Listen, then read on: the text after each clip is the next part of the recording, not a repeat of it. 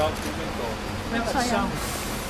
Well, firstly, my wholehearted support is to Mr. Michael for what he's doing here, which is to make sure that he has as many people doing the things that matter to the people of Omagh as he can possibly put on the streets, and to support his beat officers, who I think are doing a magnificent job in bringing people together and sorting out the day-to-day problems that matter. Antisocial behaviour, young people and alcohol, domestic violence. These are the things that matter to people, no matter who they are, where they come from. There was a report there just a few weeks ago, saying basically that a lot of, I suppose that there was a feeling a lot of police officers were behind the desk as opposed to on the street, and a lot of rural areas, I'm sure you're aware of the likes of maybe Sampson and places like that, where they want more visible police presence. And I agree with my colleagues. One of the things I'm being asked to do rightly is to cut the paperwork and free people up to meet with the public and do the things that matter. So less writing, more time spent with victims, and more time spent investigating crime.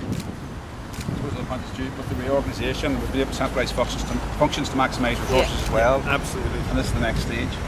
And I think it's a great sign of the investment in people that you have a brand new police station, which I think is great. That's fantastic. Hello, Paddy. Regarding the operating consent, it's kicked in, and there has been some criticism of the PSNI, for that. I suppose in the sense that we're reverting back to a situation many years ago where you stopped at checkpoints, and I suppose people now in the new year are not. Well, we have to deal. We have a human rights obligation to deal with threats to people's lives. No matter how many people are involved, unfortunately, sometimes that inconveniences a lot of residents. But I hope that in time, the people that want to bring violence back become increasingly isolated, and that the huge majority of good people who are out today enjoying themselves, doing their shopping, they have their say. But temporarily, none of us want to have road checks. None of us want to. I'd much rather colleagues were doing what they joined for rather than stopping cars in this way. But we have a human rights obligation, which is entirely what the PSNI is founded upon. How long do you think it will last? I won't give a time, but I can assure you that we are monitoring it every day, and as soon as we can, this particular operation will come to an end.